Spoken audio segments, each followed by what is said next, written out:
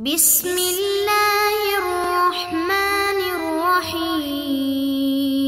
اعوذ باللہ من الشیطان الرجیم۔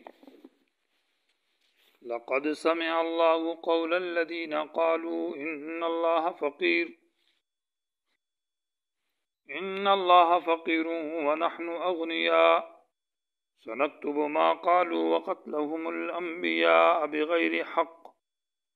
ونقول ذوقوا عذاب الحریق۔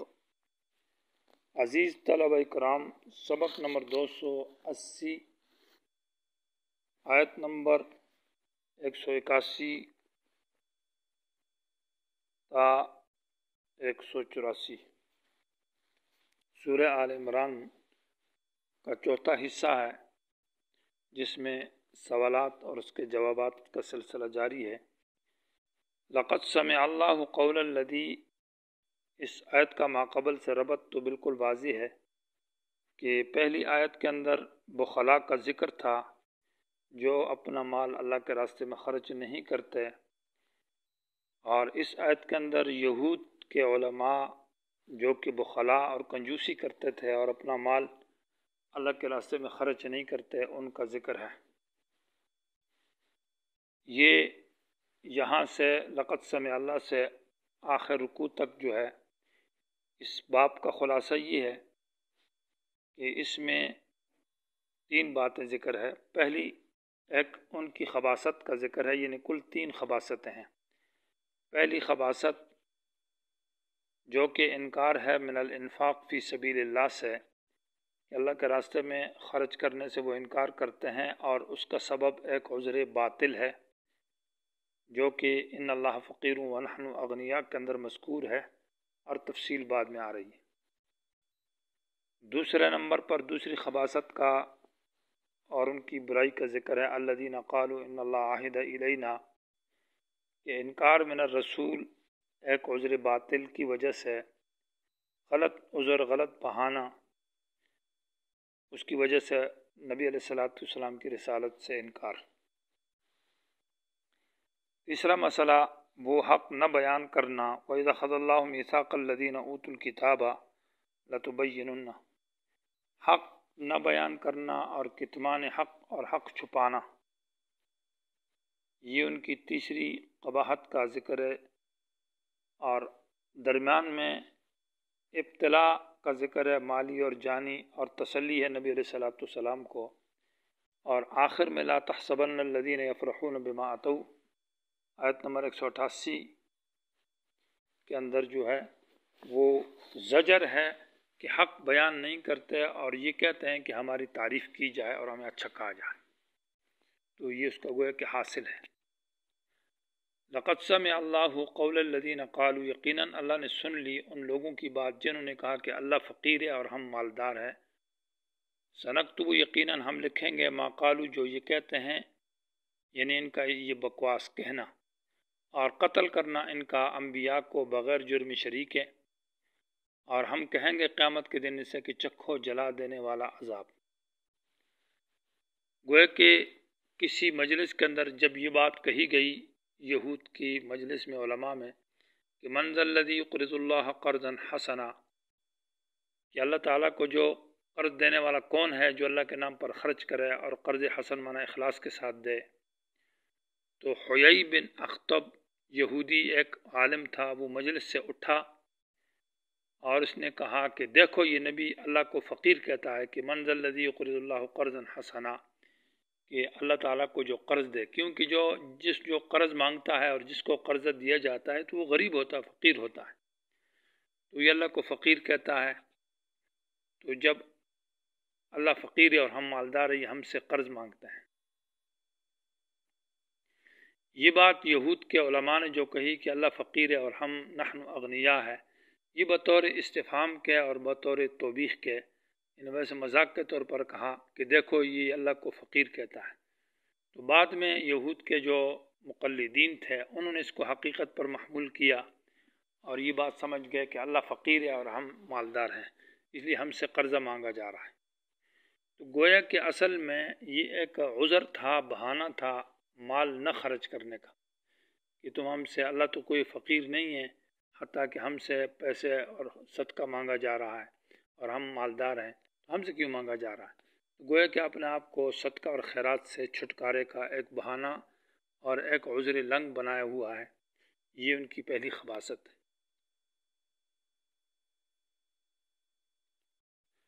لقد سمع، یہ گویا کہ انہوں نے اللہ تعالیٰ کی تعیب کی ہے، اللہ تعالیٰ پر عیب لگایا ہے کہ اللہ فقیر ہے، اور یہ ان کی ایک بہت بری حرکت قباحت ہے۔ اور لقد سمع اللہ، یہ لفظ سمع کبھی مقام ضم میں استعمال ہوتا ہے، کبھی مقام مدح میں، یا مقام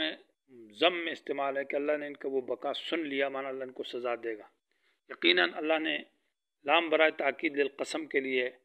یہ قسم ہے، اللہ نے سن لی ہے ان کی وہ بکواس اور وہ بات، قالو جو انہوں نے کہی ہے، ان اللہ فقیر،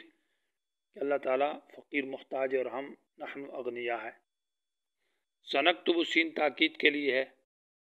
یقیناً ہم لکھیں گے، ما قالو جو انہوں نے کہا، یعنی ان کا بکواس، ما قالو بمانا قولہم، وقتلہم کا عطف ہے ما قالو کے اوپر، کیونکہ ما قالو بمانا قولہم کے ان کی بات وہ بکواس اور ان کا انبیاء کو قتل کرنا۔ یہ قتلہم الانبیاء کو ما قالو کے ساتھ جمع کیا ہے، اس کا ربط یہ ہے کہ جیسے انبیاء کو قتل کرنا انتہائی قبیح اور بری چیز ہے، تو اسی طرح ان کا یہ کہنا کہ اللہ فقیر اور اغنیا، یہ بھی اس کی طرح انتہائی قبیح اور شنی اور بری اور گندی حرکت اور بری بات ہے۔ وَنَقُولُ، اور ہم ان سے کہیں گے قیامت کے دن، ذوقوا، چکھو عذاب الحریق، حریق بمانا المولم، جلا دینے والا عذاب۔ ذوق کے لفظ کے اندر اشارہ ہے کہ انتہائی درد محسوس ہوگا اور سخت تکلیف ہوگی۔ روح المعانی نے آلوسی رحمہ اللہ نے لکھا ہے کہ ذوق اس لیے کہا ہے کہ بخلا اپنے مال کو دنیا میں بچاتے ہیں اور اللہ کے راستے میں خرچ نہیں کرتے، اور گویا کہ اللہ آخرت میں کہے گا تم نے دنیا میں اپنے مال کو بچایا اور خرچ نہ کیا، لہذا آخرت میں عذاب چکھنا پڑے گا، تمہیں عذاب چکھو۔ گویا کہ دنیا میں مال بچا کر خود چکھتے رہے اور اس کو کھاتے رہے، اب اس کی سزا یہ ہے کہ آخرت میں اس کا عذاب چکھو گے۔ ذالک، یہاں سے اسباب کا ذکر ہے، اور وہ دو سبب ہے کہ یہ جہنم کی سزا کیوں ملے گی۔ ذالک، یہ سزا جو جہنم میں ملے گی، بما، ان اعمال کی وجہ سے، قدمت، جو آگے بھیجے، ایدیکم، تمہارے ہاتھوں نے، ایدیکم سے مراد انفسکم ہے، یعنی تمہارے نفسوں نے، جو عقائدے اور جو اعمال، برے عقیدے اور برے اعمال کی طرف اشارہ، ان کی وجہ سے تمہیں یہ سزا ملی ہے۔ وَأَنَّ اللَّهَ، اور دوسری یہ وجہ ہے سزا کی کہ اللہ لَيْسَ بِظَلَّامٍ لِّلْعَبِيدِ، اللہ اپنے بندوں پر ظلم نہیں کرتا۔ تو اللہ جب ظلم نہیں کرتا تو اس کا مطلب کیا ہے؟ یہ سبب ماقبل کے لیے سبب ہے کہ عذاب، ظلم نہ کرنے جو ہے یہ اللہ کے عذاب دینے کی سبب اور علت ہے۔ ظلم نہیں کرتا تو عدل کرتا ہے، اور اللہ کا عادل ہونا کا مطلب یہ ہے کہ مومن کو جنت میں لے جائے گا۔ اب اگر کافر کو بھی اللہ جنت میں لے جائے تو یہ عدل نہ ہوا، یہ تو ظلم ہو جائے گا۔ تو یہ معنی ہے کہ اللہ ظلم نہیں کرتا اپنے بندوں پر کہ کافروں کو جنت لے جائے، بلکہ جہنم میں دے گا۔ یہ اللہ کے انصاف اور عدالت کی وجہ سے گویا کہ یہ سبب بنا سزا ان کی۔ یہاں پر لفظی ایک اشکال سوال ہے کہ ظلم مبالغے کا صیغہ ہے اور اس میں کثرت کا معنی پایا جاتا ہے، اور اس پر لیس نفی داخل ہے، تو معنی یہ ہو کہ اللہ زیادہ ظلم نہیں کرتا بندوں پر، تو حاصل یہ نکلتا ہے کہ تھوڑا تھوڑا اور کم ظلم کرتا ہے، کیونکہ نفی داخل ہو کسی فعل مقیدہ بقید کے اوپر تو نفی قید کی ہوتی ہے کہ زیادتی اور کثرت کی نفی ہے، نفس ظلم کی نفی نہیں، حالانکہ اللہ تعالیٰ بالکل ظلم سے پاک ہے۔ تو جواب یہ ہے کہ ظلام فاعل ذو قضا ہے۔ فاعل ذو قضا کا معنی یہ ہے کہ یہ ذو ظلمن کے معنی میں ہے، جیسے کہ لبان کا معنی ذو لبن، دودھ والا، اور تمار کا معنی ذو تمرن، کھجوروں والا، بقال کا معنی ہے ذو بقل، سبزی والا۔ تو ظلام بمعنی ذو ظلم نے، نہیں اللہ تعالیٰ ظلم والا للعبید، اپنے بندوں پر۔ دوسرا جواب یہ ہے کہ جب کثرت کی نفی ہو گئی تو قلت کی نفی تو بطریقہ اولا ہے کہ زیادہ ظلم نہیں کرتا تو کم بھی نہیں کرتا، کیونکہ ظلم جو کرتا ہے کوئی آدمی تو اپنے مفاد کے لیے کرتا ہے، اس میں اس کو فائدہ، کوئی مقصد ہوتا ہے، تب دوسروں پر ظلم کرتا ہے۔ اور اللہ تعالیٰ کو تو کچھ مفاد ہے ہی نہیں مخلوق سے، کچھ چیز حاصل نہیں، اللہ تو محتاج نہیں ہے کسی چیز کا، تو جب کثرت کے اندر اللہ تعالیٰ کو مفاد نہیں ہے تو قلت میں تو بطریقہ اولا نہیں ہے، تو مانا اللہ صرف سے ظلم سے پاک ہے۔ تیسرا جواب یہ ہے کہ ظلام میں کثرت کا معنی پایا جاتا ہے تو یہ جمع ہے معنی کے اعتبار سے، اور عبید جو ہے یہ تو ہے ہی جمع، تو مقابلہ جمع کے ساتھ آئے تو مراد تقسیم الافراد علی الافراد ہوتا ہے، جیسے کہ یہ 200 روٹیاں 100 بندے پر تقسیم کر دو، تو مطلب یہ ہے کہ 2 روٹی یا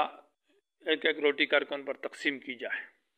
تو معنی یہ ہوگا وَأَنَّ اللَّهَ بے شک اللہ تعالیٰ نہیں ہے کسی قسم کا ظلم کرنے والا، یعنی کسی قسم کا ظلم بھی اللہ نہیں کرتا للعبید کسی بندے پر، نہ چھوٹے نہ بڑے پر، نہ کالے نہ عربی نہ عجم، نہ مومن پر اور نہ کافر پر، بل ہر آدمی کو اس کے اعمال کے مطابق اس کو بدلہ دیتا ہے۔ الذین قالوا ان اللہ عیدا، یہاں سے وہ دوسری قباحت اور خصلت کا ذکر ہے جو ان کی قبیحہ ہے کہ انکار رسول سے کرتے ہیں اور ایک عذر بنایا ہوا ہے، اور عذر یہ ہے کہ ہم رسول کو اس لیے اس رسول کو نہیں مانتے کہ اس کے اندر انبیاء کی جو سچی نبی ہونے کی جو علامت ہے اور جو دلیل ہے وہ اس کے اندر نہیں پائی جاتی، کہ اس کا صدقے کو وہ رکھے اور آگ آسمان سے آئے اور اس کو جلا دے، تو یہ جو آخری نبی ہے اس کے صدقے کو آگ آ کر نہیں جلاتی، اور ہمیں تورات کے اندر یہ بات لکھی تھی کہ کسی نبی پر اس وقت تک ایمان نہ لانا جب تک کہ اس کا صدقہ کو آگ نہ جلا دے، اس لیے ہم اس نبی پر ایمان نہیں لاتے۔ تو گویا کہ یہ رسول کے انکار سے ایک سبب بنایا ہوا ہے، اور ساتھ ساتھ یہ ایک بخل کا بھی ایک ذریعہ ہے کہ ہم صدقہ اس لیے نہیں دیتے کہ اس کو آگ نہیں جلاتی، تو یہ بھی ایک بخل ہو گیا، ماقبل سے ربط ہے کہ کنجوسی ہے، مال سے انفاق سے بچانے کے لیے ایک عذر لنگ اور عذر باطل اپنے لیے بنا ہوا ہے، حالانکہ انہوں نے تورات کے اندر تحریف کی ہے۔ تورات میں اصل میں یوں عبارت تھی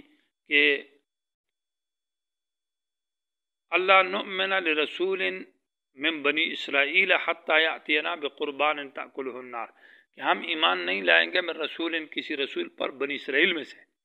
اور نبی علیہ السلام تو بنی اسرائیل میں سے نہیں ہے، تو یہ من بنی اسرائیل کی جو عبارت ہے انہوں نے اس کو حذف کر دیا، تو تحریف کر دی، اور بعد میں یہ بات کہا کہ یہ بات تورات میں لکھی تھی، حالانکہ تورات میں تو لرسول من بنی اسرائیل کا لفظ ہے۔ یا یہ ہے کہ تورات کی عبارت کے اندر ہے اللہ نؤمن لرسول الا المسیح و محمدن، ہاں سوائے مسیح حضرت عیسیٰ علیہ السلام اور حضرت محمد صلی اللہ علیہ وسلم کے، کہ ان کے لیے یہ شرط نہیں ہے، تو انہوں نے الا المسیح و محمدن کی عبارت کو حذف کر دیا، گویا کہ تحریف کی ہے۔ تو اس کا ذکر ہے الذین، وہ لوگ قالو جنہوں نے کہا کہ ان اللہ بے شک اللہ تعالیٰ نے عاہدہ حکم بھیجا الینا ہماری طرف، عاہدہ مانا امرا اور حکم بھیجنا یا وحی کرنا، اللہ نؤمن کہ ہم ایمان نہیں لائیں گے لرسول کسی رسول پر، حتیٰ یہاں تک کہ یاتینا آ جائے ہمارے پاس بقربان قربانی، قربان کا معنی کل ما یتقرب بھی الی اللہ، ہر وہ چیز جس کو اللہ کے قرب کا ذریعہ بنایا جائے، مراد یہاں پر عبادت مالی ہے اور وہ صدقات ہے، تاکلہ النار جس کو آگ کھا جائے مانا جلا دے، قل کہہ دیجئے جواب قد جاءکم رسول من قبلی، مجھ سے پہلے انبیاء آئے، بالبینات واضح معجزات کے ساتھ، وبالذی اور اس چیز کے ساتھ قلتم جس کو تم کہتے ہو، یعنی الزامی جواب ہے کہ جو معجزہ اور جو سبب تم بتاتے ہیں نبی کے سچے ہونے کی کہ اس کے صدقے کو آگ جلائے، تو اس کے ساتھ بھی انبیاء آئے، فلم قتلتموہم تو تم نے ان کو قتل کیوں کیا، ان کنتم صادقین اگر تم اپنے دعوے میں سچے تھے، معنی یہ ہے کہ وہ تمہارا عذر تو نہیں پایا گیا، تو حاصل یہ نکلا کہ ویسے ہی تم اپنی طرف سے یہ ایک بات بنائی ہوئی ہے، یہ کوئی حقیقت نہیں ہے، اصل میں ایمان تم نہیں لاتے، تمہارے اندر خود خرابی ہے۔ اور جواب گویا کہ الزامی معنی تسلیمی ہے کہ چلو مان لیتے ہیں کہ صدقے کو آگ کھائے، باوجود اس کے تم کہتے ہو کہ انبیاء کا قتل کیوں کیا، معلوم ہوتا ہے کہ یہ بات تمہارے ضد کی بنیاد پر ہے اور حسد کی بنیاد پر ہے۔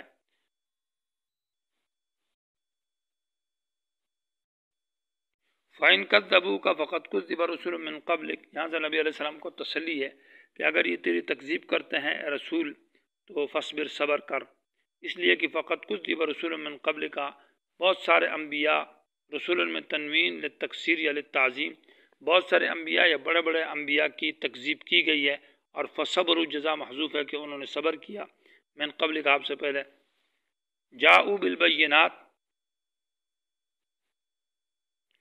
سوال ہے کہ کیا انبیاء کی تکذیب شاید اس وجہ سے کی ہوگی کہ ان کے پاس دلائل یا معجزات نہیں ہوں گے؟ تو جواب دیا کہ نہ،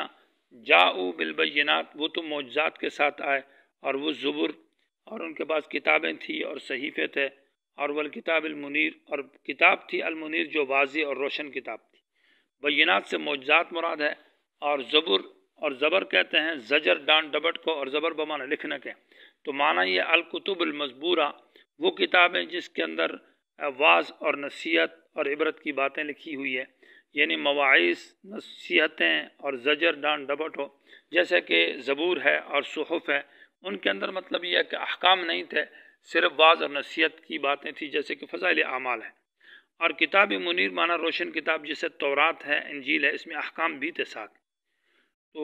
بینات سے معجزات مراد ہے، اور زبر سے صحیفے اور زبور مراد ہے،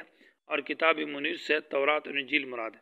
دوسرا فرق یہ ہے کہ بینات جو ہے یہ عوام کے لیے ہے، اور کتاب منیر یہ خواص علماء کے لیے ہے، اور زبر جو ہے نا یہ عوام کے لیے ہے۔